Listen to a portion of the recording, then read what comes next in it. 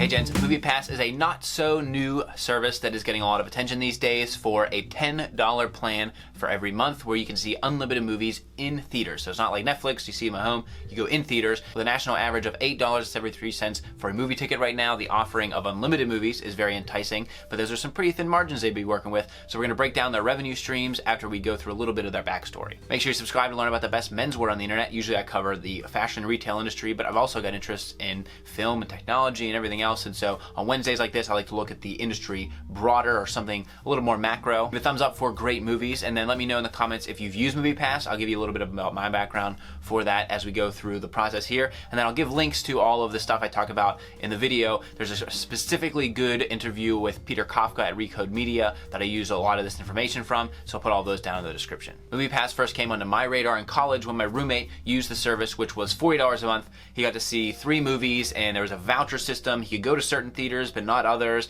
and you had to like submit. It was a very odd system, and he tried it for a few months, and ultimately it wasn't very easy to use. It wasn't a very friendly process, but the idea is what really caught on, and it was named one of the 25 most disruptive apps in 2012 by Business Insider. So over the past 5 years, MoviePass has been experimenting with a number of different business models. You could sign up for $40 a month for 2 or 3 movies, but then they had some regional-based pricing, so New York and LA were a little bit more expensive. At one point you could get a plan with IMAX and 3D included. Today it doesn't. It's always kind of gone back and forth, but by December of 2016 they had 20,000 subscribers. And at the time they were really targeting these high-frequency movie theater goers, which were going to see 12 to 20 movies in a year. In June of 2016 they brought in their current CEO, Mitch Lowe, who is a former executive of Redbox and Netflix, so he had some success there. He was really instrumental in taking Redbox from just a handful of kiosks to thousands across the country, really disrupting Blockbuster, and then he was involved in Netflix's business development division. About a year later, in August of 2017, MoviePass sold a majority stake to a data analytics firm, Helios and Matheson, and this is where gasoline is poured on the fire. That same month they announced their new pricing structure. All of the other stuff has gone away. It is now unlimited movies in theaters for $10 per month.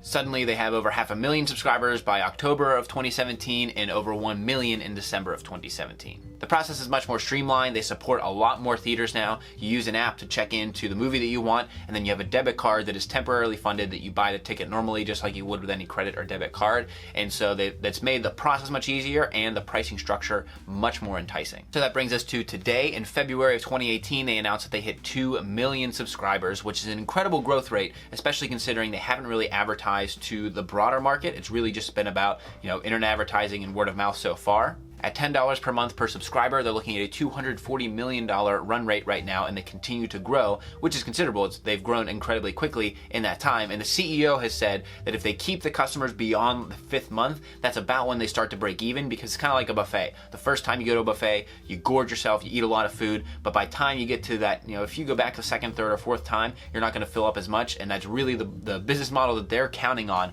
to make sure that they at least break even on cost of goods sold. So the number of tickets that they're selling versus what their subscription fees are. A big question here is what their retention rate is, because they do have some ongoing feuds with the big theater chains like AMC, and so we'll have to see how that plays out. But those subscription fees are only part of what drives the business and part of what brings in money for MoviePass. Remember when they sold a big part of their company to Helios and Matheson? Well, let's dive a little bit deeper into that. Now, there's not as much specific data out here, so a little bit of this is speculation, but it is informed speculation.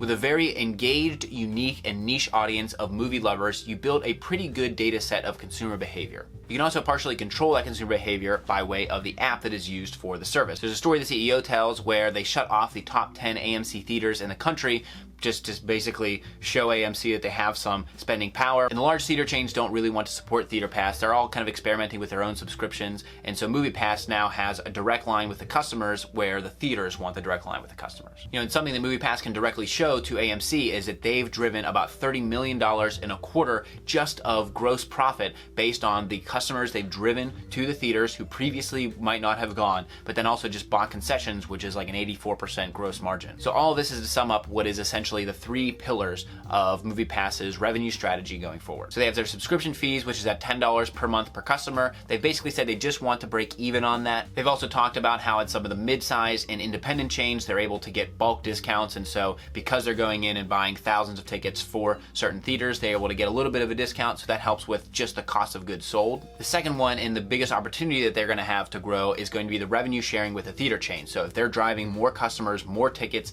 more concessions to all these theaters like AMC or even some of the mid-sized ones, them getting a cut of the additional revenue that they drive is going to be huge. Now the last one would be data harvesting. And this is probably the most lucrative part of their business model and what they're really building the business on right now. Because they have a very engaged, unique, dedicated audience, they're having customers that have the habit of going to the app, checking for movies, and possibly going at least once a month. If I am distributing a movie, maybe not the big ones, Star Wars or the Marvel movies, but if I'm distributing an independent film, they've talked about this, they've done marketing deals with Lady Bird and I, Tonya, some of these smaller films, they have big marketing budgets or medium-sized marketing budgets. They can then pay MoviePass directly to, hey, tweet out this movie, put it in the app, advertise it, so they have that revenue source. They can also sell ticket and attendance figures to outside firms. That's a very valuable source of data in today's age. They're now also talking about purchasing and distributing their own films. So if they have the partnerships with these mid-size or smaller theater chains, they buy films from Sundance or other film festivals and they distribute those. They can drive the customers to there and they can then make their money back. And they also have the data and analytics behind the types of films that their customers are going to want to see, and they can advertise that on the other side.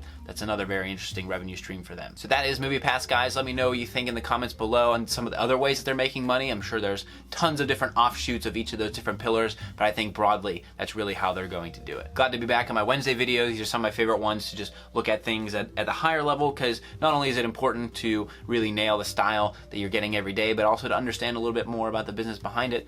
And I'd love to hear from you guys down in the comments. You can also reach out at @_Kavalier on Twitter and Instagram. There's some of the behind the scenes stuff back there about building a studio and just some other stuff. So I'd love to hear from you guys anywhere else. Until next time, gents, this is the Kavalier.